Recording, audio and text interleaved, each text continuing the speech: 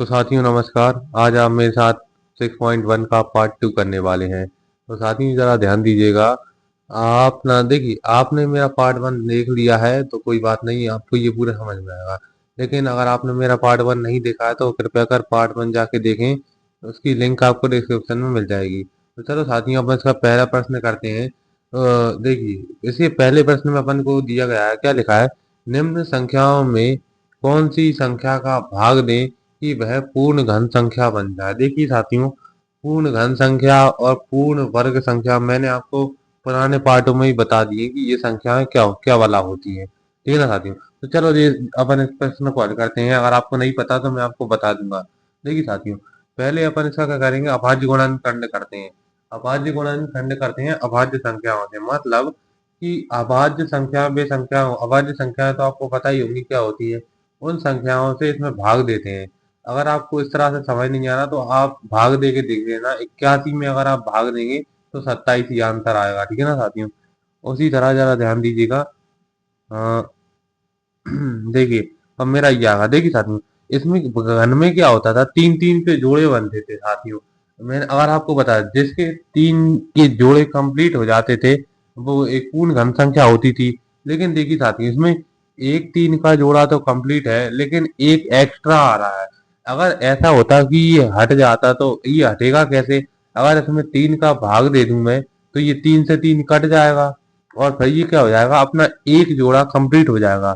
इसका मतलब यहाँ पे यही है कि 81 में अगर अपन तीन का भाग दे देंगे ना तो ये पूर्ण घन संख्या बन जाएगी। जरा समझने की कोशिश कीजिएगा साथियों। घन में क्या होता था कि अपने तीन तीन के जोड़े बनते थे। और जैसे मान के चलिए आपका एक तीन का जोड़ा कंप्लीट हो गया तो ये एक पूर्ण घन संख्या कहलाए। लेकिन इसमें एक और एक्स्ट्रा तीन आ रहा है। क्या होता कि अगर एक और तीन नहीं होता तो अगर ये एक तीन को हटाना है तो इसमें तीन का भाग देना पड़ेगा। अगर अपन इसमें तीन का भाग देंगे तो ये एक पूर्ण घन संख्या बन जाएगी। ठीक है ना साथियों? मेरे कहने का मतलब यही था। चलो देखते हैं यहाँ पे दो। देखिए फिर से देखिए, इसका इकाई अंक 8 है जो कि एक सम संख्या है। तो अपन इसमें क्या करेंगे, एक भाग दो से भाग देंगे, दो से भाग दब जाएगा। ठीक है ना साथी? फिर देखिए, अपन इसका दो से भाग देते हैं। दो से अगर आपको इस तरह से प्रॉब्लम आ रहा है, ये देखिए मुझे तो क्या देखिए ज्यादातर तो लगता है आपको ये आते होंगे, मैं ये क्या कर रहा हूँ। ये अभाज्य गुणनखंड तो आपको आते ही होंगे, आप एट क्लास में आ गए हैं। देखिए, फिर ये एक तीन का जोड़ा बना, ये एक जोड़ा बन गया। तीन का मतलब जोड़ा, ये नहीं कह रहा हूँ कि तीन का, इसमें उस जोड़े में तीन अंक होने चाहिए, चाहे वो कोई से ही अंक हो। दो हो सकता है, चार हो सकता है, पांच हो सकता है, कोई सा भी अंक हो। जैसे देखिए 228 में अगर अपन देखिए, इसमें दो जोड़े कंप्लीट हुए साथियों। एक तो पहला वाला और एक दूसरा वाला आप देख सकते हैं, लेकिन इसमें एक दो एक्स्ट्रा आ रहा है। क्यों ना हो, इस दो को हटाने के लिए क्या करना होगा, अपन को इसमें दो का भाग देना होगा। अगर अपन इसमें दो का भाग देंगे तो साथियों अपने दो जोड़े कंप्लीट हो जाएंगे। ठीक है ना साथियों? उसी तरह 135 है। 135 में भी कुछ नहीं है। इसमें पहले अभाज्य गुणनखंड करेंगे। अभाज्य गुणनखंड करने पर अपने जो जोड़े कंप्लीट हो गए होंगे, मतलब जो भी अंक बच रहा होगा उसी का अपन उसमें भाग दे देंगे। मतलब देखिएगा, जरा ध्यान सुनिएगा।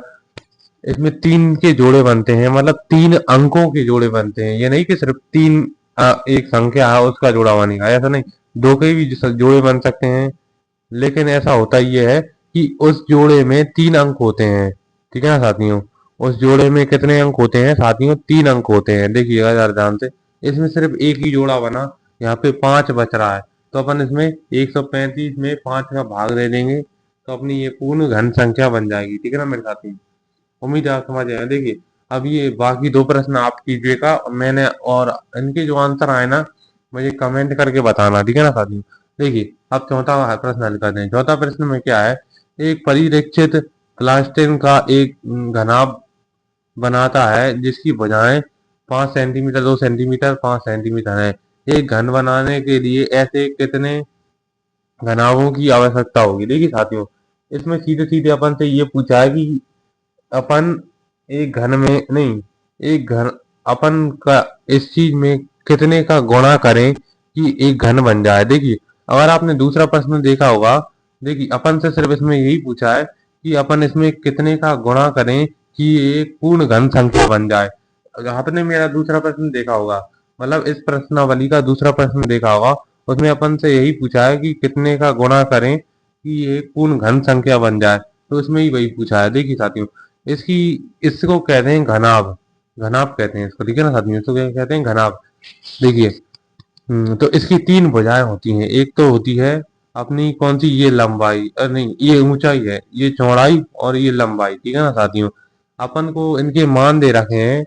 देखिए साथियों, 5 5 2 सेंटीमीटर, ठीक है ना साथियों। अब देखिए साथियों, अपन को जोड़े बनाने होते हैं। अपन क्या करते हैं, जोड़े बनाते हैं। अपने एक जोड़े में कितने अंक होते हैं साथियों, 3 अंक होते हैं। और सुनिए, उस जोड़े में ना अंकों की जो अंक होते हैं ना वो समान होते हैं। जैसे अगर 2 का जोड़ा है तो दो ही होंगे, उसमें कोई और अंक एडजस्ट नहीं हुआ। देखिए साथियों, एक घनाभ अपन को दिया है, उसकी भुजाएं हैं इतनी। एक घन का आयतन होता है लंबाई इंटू चौड़ाई, ठीक है ना साथियों, लंबाई इंटू चौड़ाई, लंबाई इंटू ऊंचाई इंटू चौड़ाई, ठीक है ना साथियों, ये होता है घन का आयतन। तो देखिए साथियों, अपनी लंबाई कितनी है, 2, और ऊंचाई है 2। क्यों ना साथियों, देखिए अपने जोड़े बन रहे हैं क्या, नहीं बन रहे हैं। तो अगर मैं ऐसा करूं कि यहाँ पे 2 का जोड़ा बना दूं और 5 का जोड़ा बना दूं, तो हो सकता है ऐसा। देखिए जैसे मैंने ये 2 का जोड़ा बनाया और ये 5 के जोड़े बना दिए। देखिए एक सेकंड जरा, ये 5 का जोड़ा बना दिया। अब जरा ध्यान दीजिएगा, अपने पास ये जोड़े बन गए, ठीक है ना साथियों, ये 2 जोड़े बने हैं। अब देखिए साथियों, अपने पास एक दो तो पहले से ही था। ये देखिए एक पहले से ही था, तो इसको मिटा दीजिए, ठीक है ना साथियों। और अपने पास 2 5 पहले से ही थे, और तो इन 2 5 को मिटा दीजिए, ठीक है ना साथियों।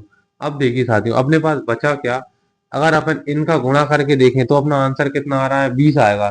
2 दूनी 4 और 4 पंजे 20, तो यही अपना आंसर हो गया। अपन को 20 घनाभों की आवश्यकता होगी एक घन बनाने के लिए। क्या होगा साथियों, अपन को मतलब 20 घनाभों की आवश्यकता होगी एक घन बनाने के लिए, ठीक है ना मेरे साथियों। कोई बड़ी बात नहीं है, सरल सा ही प्रश्न है, आप लोग आराम से कर लेंगे। चलो वीडियो को लाइक और चैनल को सब्सक्राइब जरूर कीजिएगा, ठीक है ना साथियों। Thank you.